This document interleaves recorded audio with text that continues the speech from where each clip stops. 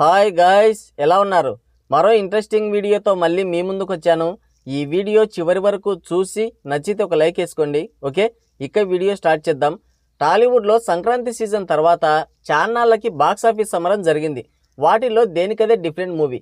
ఒకటి రీమేక్, ఇంకొకటి సీక్వెల్, మరొకటి dubbing movie, last and final ఒక స్ట్రైట్ చిన్న సినిమా. వీటన్నింటి రివ్యూ మన ఛానల్లో ఉంది. ఇంకా చూడని వాళ్ళు ఉంటే ఈ వీడియో లాస్ట్ వరకు చూడండి. ఈ వీకెండ్ హాలిడేస్లో మీరు ఒక బెస్ట్ మూవీ చూడాలంటే దేనికి ముందుగా ప్రిఫరెన్స్ ఇవ్వాలో ఈ వీడియోలో చెప్తాను. నెంబర్ 4, తంగలాన్. చియాన్ విక్రమ్ హీరోగా నటించిన రా అండ్ రస్టిక్ మూవీ తంగలాన్. మరి బాక్స్ ఆఫీస్ వద్ద ఏ రేంజ్లో పర్ఫార్మెన్స్ ఇస్తుందో నెక్స్ట్ వీడియోలో చూద్దాం. ముందుగా స్టోరీ విషయానికి వస్తే 1850s ఆ టైంలో మూవీ స్టార్ట్ అవుతుంది.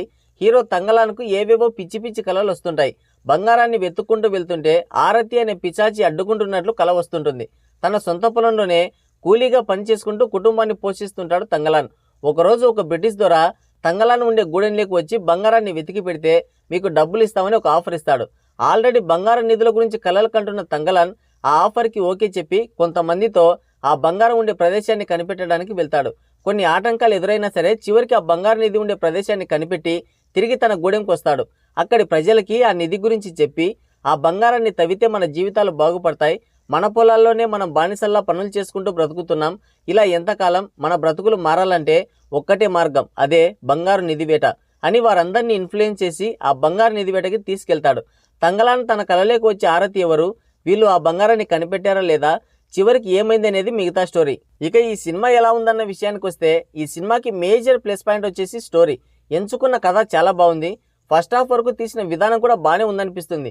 తర్వాత విక్రమ్, ఆయన ఒక మంచి యాక్టర్ అని, నిబద్ధత కలిగిన వాడని, సినిమాల పట్ల ఒక ప్యాషన్ ఉన్నవాడని మళ్ళీ ప్రూవ్ చేశాడు. ఒక్క మాటలో చెప్పాలంటే ఈ సినిమాలో జీవించేశాడు. లాస్ట్ అండ్ ఫైనల్ బీజిఎం, కొన్ని సిచ్యువేషనల్ యాక్షన్ సీన్స్లో వచ్చిన బీజిఎం ఈ సినిమాని చాలా వరకు సేవ్ చేసింది. ఈ సినిమాలో చెప్పుకోదగినవి ఈ మూడే. అందరూ సినిమా చాలా బాగుంది, నా రేటింగ్ 4/5, 3/5 అని చెప్తున్నారు. బట్ నా ఒపీనియన్ ఏంటంటే ఈ సినిమా మన తెలుగు ఆడియన్స్కి ఎక్కదు. ఫస్ట్ హాఫ్ వరకు బాగున్నా సరే సెకండ్ హాఫ్లో చుక్కలు చూపించారు. ఎంతకీ ముందు కథలు స్టోరీ. దాదాపు ఒక 40-45 మినిట్స్ వరకు ల్యాగ్, ఒక కునుకు కూడా తీస్తారు థియేటర్లో. ప్యూర్ తమిళ నేటివిటీ ఉన్న మూవీ, దాన్ని అస్సలు రిసీవ్ చేసుకోలేరు మన తెలుగు ఆడియన్స్. PS1, PS2 ఎలాగో ఇది కూడా అంతే. అది కాక యాక్షన్ సీక్వెన్సెస్లో కొన్ని చోట్ల విఎఫ్ఎక్స్ చాలా స్పష్టంగా కనిపిస్తుంటుంది.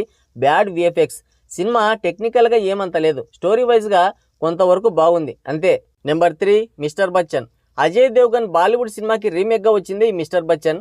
ఓటీటీ అందుబాటులోకి వచ్చిన తర్వాత అసలు రీమేక్ అంటేనే ఒక బూత్ అయిపోయింది. ఏమాత్రం తేడా వచ్చినా సరే ట్రోలింగ్ ఫేస్ చేయక తప్పదు. తెలిసి అలాంటి సాహసమే చేశారు హరీష్ శంకర్ అండ్ రవితేజ.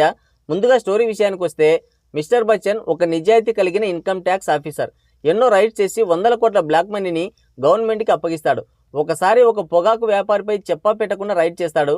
దాంతో ఆగ్రహించిన పై అధికారులు బచ్చన్ని సస్పెండ్ చేస్తారు. దాంతో తన సొంతూరుకి వెళ్ళి ఒక ఆర్కెస్ట్రా ట్రూప్ పెట్టుకుంటాడు. ఇక అక్కడే హీరోయిన్తో ప్రేమలో పడ్డం, పెళ్లిపీటల వరకు వెళ్ళడం జరుగుతుంది. సరిగ్గా అప్పుడే తనని మళ్ళీ డ్యూటీలో జాయిన్ అవ్వమని పైనుండి ఆర్డర్స్ వస్తాయి. తన అరాచకాలతో రౌడీజంతో మొత్తం వ్యవస్థల్ని తన గుప్పిట్లో పెట్టుకున్న జగ్గయ్య పైన రైడ్కి వెళ్లాల్సి వస్తుంది బచ్చన్. మరి ఆ తర్వాత ఏం జరిగింది, జగ్గయ్యని బచ్చన్ ఎలా ఎదుర్కొన్నాడనేది మిగతా స్టోరీ. హరీష్ శంకర్ చెప్పినట్లుగానే ఒరిజినల్ సినిమాకి 1,00,000 మార్పులు చేశాడు. అనవసరమైన ఫైట్లు, హీరోయిజం, డాన్సులు, చెత్త కామెడీ, రొమాన్స్ ఈ సినిమాని చంపేశాయి. ఒరిజినల్ వెర్షన్కి ఈ సినిమాకి దాదాపుగా 50 నిమిషాల రన్ టైం పెరిగిందంటే ఇక మీరే అర్థం చేసుకోండి. కామెడీ పేరుతో చెమ్మక్ చంద్ర చేసిన అతి ఈ సినిమాకి సగం దరిద్రం.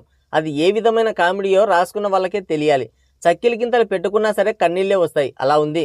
ఇక ఆర్కెస్ట్రా పేరుతో పాత పాటలు ప్లే చేయడం, హీరోయిన్తో సరసాలు, అబ్బో ఎందుకు వచ్చాంరా దేవుడా ఈ సినిమా కనిపిస్తుంది.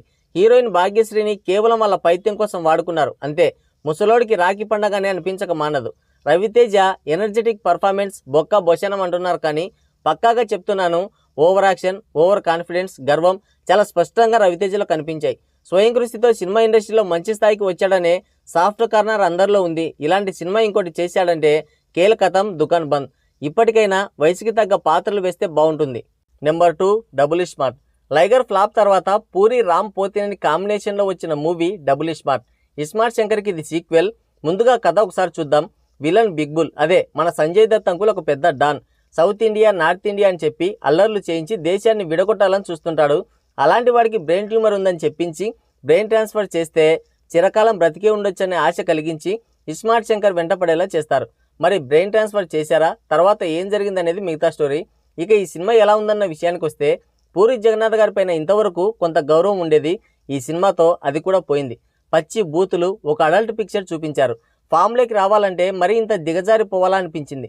పూరి జగన్నాథ్కి పిచ్చి పరాకాష్ఠకు చేరింది. పరమ చెత్త సినిమా ఇది. పూరి జగన్నాథ్ లైగర్ సినిమాతో ఒక ఫ్లాప్ అందుకున్నాడు అంతే, కానీ ఈ సినిమాతో మాత్రం పూర్తిగా ఫేడ్ అవుట్ అయిపోయాడు. స్టోరీ కానీ, కామెడీ కానీ, ఎమోషన్ కానీ ఎక్కడా వర్కౌట్ కాలేదు. కామెడీ పేరుతో ఆలి నవ్వించిన దానికంటే నశపెట్టిందే ఎక్కువ. ఓవర్ ఎక్స్పోజింగ్, బూతులు తప్ప ఏం లేదు. ఫ్యామిలీతో వెళ్తే మాత్రం ఖచ్చితంగా తీసుకుపోయినోడి తల పగలు కొడతారు ఫ్యామిలీ వాళ్ళు. హీరోయిన్కి కెమెరాలు ఎక్కడెక్కడో పెట్టారు. ఈ సినిమా ఆర్జీవి గాని డైరెక్ట్ చేసేలా అనిపించింది ఒకానొక దశలో. అలా ఉంది సినిమా. నెంబర్ 1 ఆయ్. ఎన్టీఆర్ బావమరిది నార్ని నితిన్ హీరోగా చేసిన మూవీ ఆయ్. ఈ సినిమాల గొడవలో దీన్ని ఎవరు పట్టించుకోలేదు, కానీ చివరికి అదే ఆనిముత్యమైంది. ముందుగా స్టోరీ విషయానికి వస్తే హీరో కార్తీక్ ఒక సాఫ్ట్వేర్ ఎంప్లాయీ. కరోనా లాక్డౌన్ వల్ల తన సొంత ఊరు అమలాపురం వస్తాడు.